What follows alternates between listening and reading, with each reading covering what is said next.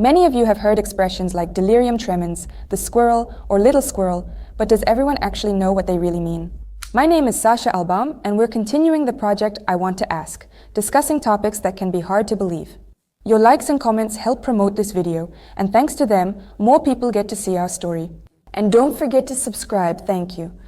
Delirium tremens, or alcoholic delirium, is a type of psychosis that occurs when a person who is already dependent on alcohol suddenly stops drinking. The main symptoms of delirium tremens are visual, auditory, and even tactile hallucinations. Hello, hi everyone, my name is Dima. I'm a hardcore drug addict and alcoholic with a long history. At that time I was 36 or 37. I'm such a hardcore addict. I've survived intense withdrawals and more. And that's child's play, you all know that. I couldn't imagine what real hell it was. You asked me what kind of alcohol I drank? Yes, all kinds of alcohol, moreover, I even drank cologne. Someone gave me French cologne. I opened it with pliers and tried to drink it. I had alcohol-induced delirium twice, like white fever or delirium tremens. Alcoholic delirium doesn't occur while a person is binge drinking uncontrollably. It happens when they suddenly stop. Most often, it happens on the second or third day after stopping the binge. Less commonly, there's what's called delayed delirium, which occurs on the fourth to sixth day. And I've even seen alcoholic delirium myself. At that time, we classified it as such because it occurred 10 days later, 10 days after the last alcohol consumption. In the case of delirium tremens in a truck driver who had passed all medical checkups, he's driving a big, huge truck and sees a flying saucer appear above him, which starts to slowly descend, and something like a flamethrower or some kind of weapon appears from it. All the hallucinations are threatening.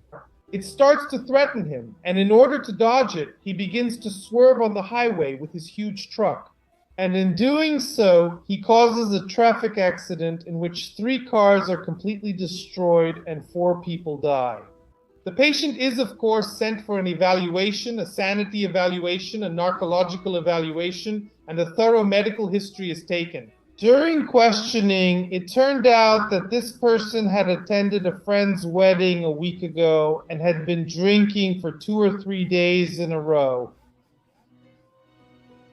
But he did not have a clearly diagnosed alcohol addiction. He worked as a driver, an international driver, and he had no disciplinary actions.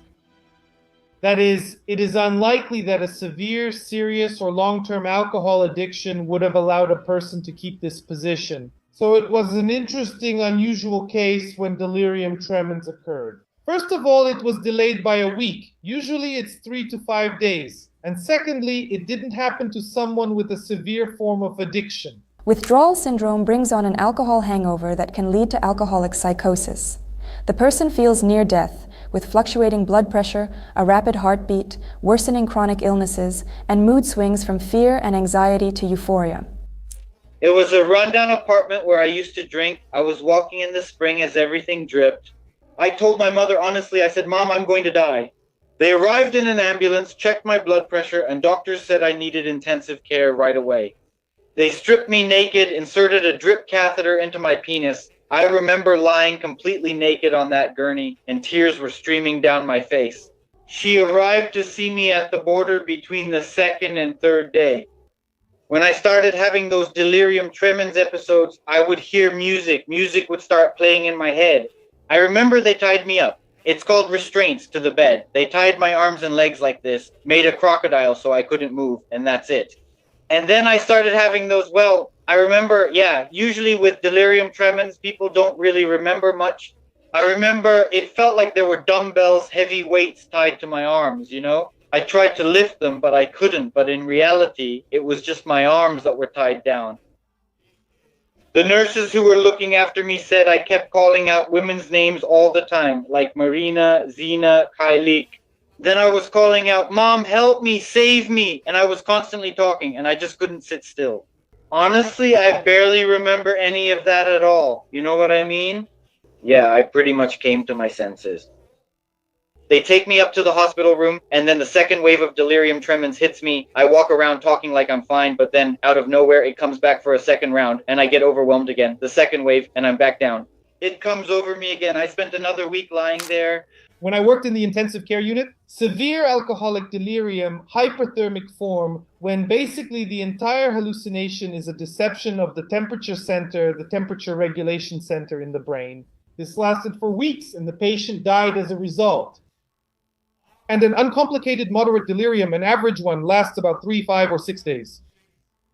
What kind of hallucinations occur? A person begins seeing vivid images on furniture, walls, and the ceiling, and feels insects, rats, or mythical creatures crawling on them. Because of this, they stop understanding where they actually are. The alcoholic may react to these visions by self-harm, screaming, or even suicide. You talk to the patient and they're constantly making these movements, something in their mouth, like they're trying to swallow saliva but can't. If you're an experienced psychiatrist in a narcology department with an alcohol-dependent patient, you're already alert. You ask, "Dear Ivan Ivanovich, what's going on?" And he says a phrase that should immediately make you very suspicious. "I've got some kind of little bugs in my mouth, doctor." He turns away, and we see that he's trying to supposedly remove something from his tongue and examine it. In a severe case, we saw a delusion involving aliens. They claimed an alien creature was sent in. Listen, this was right when the movie Alien came out, because delusions always combine with social context, and the aliens spawned a lot of little creatures. You see, now they're under my skin. Well, more common cases are devils, insects, or some bad people who come in through the window, threaten you. They're always dangerous. Definitely. It started when I heard, someone knocking on the window. I jumped up, looked, and thought, there's no one there. Wham! Back on the bed, my mother's couch, where you lie. You hear noises at the window, then the door, and your mind starts imagining things. It's impossible to explain. You just hold your head like this as if you're trying to keep your thoughts in. I remember getting up, going to the kitchen, and trying a pot.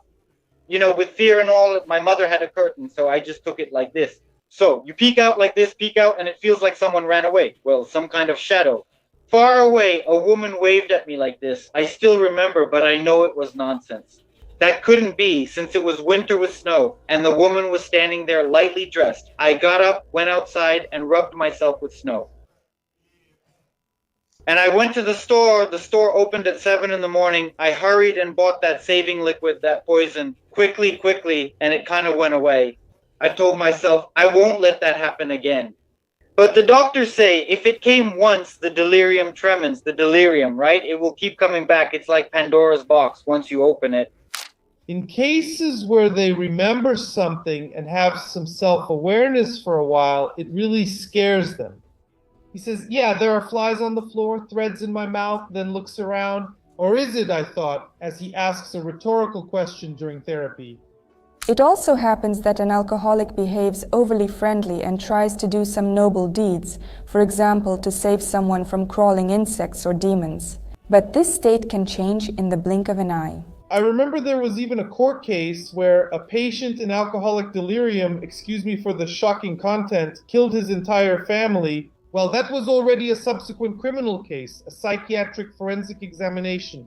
He saw that demons had possessed them.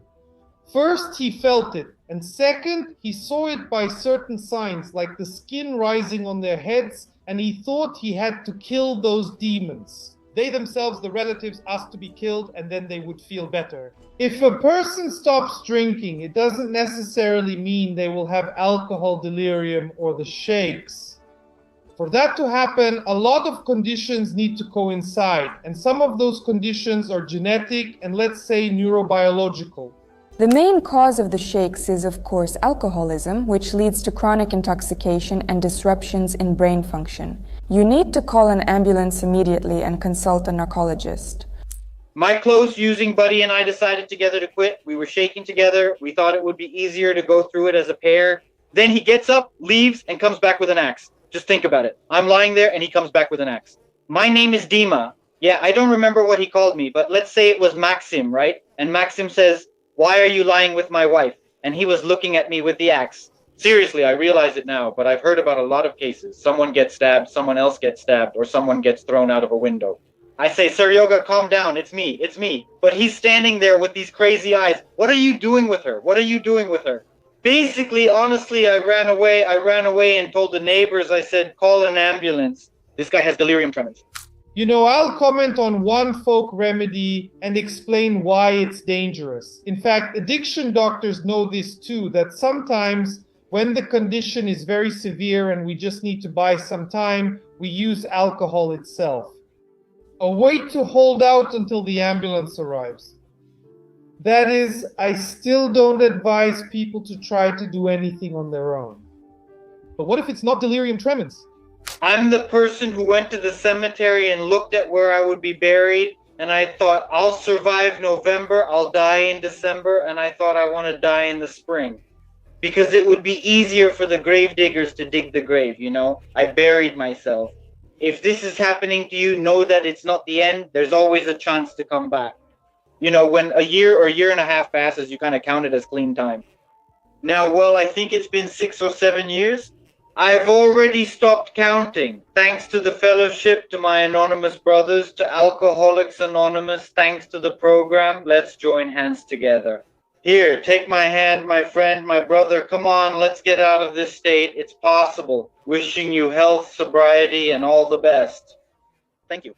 Just like in the episodes Being Young, Being a Mom, we share rare stories to help society understand these people and make life a bit easier for them. Hope you enjoyed the video. See you soon.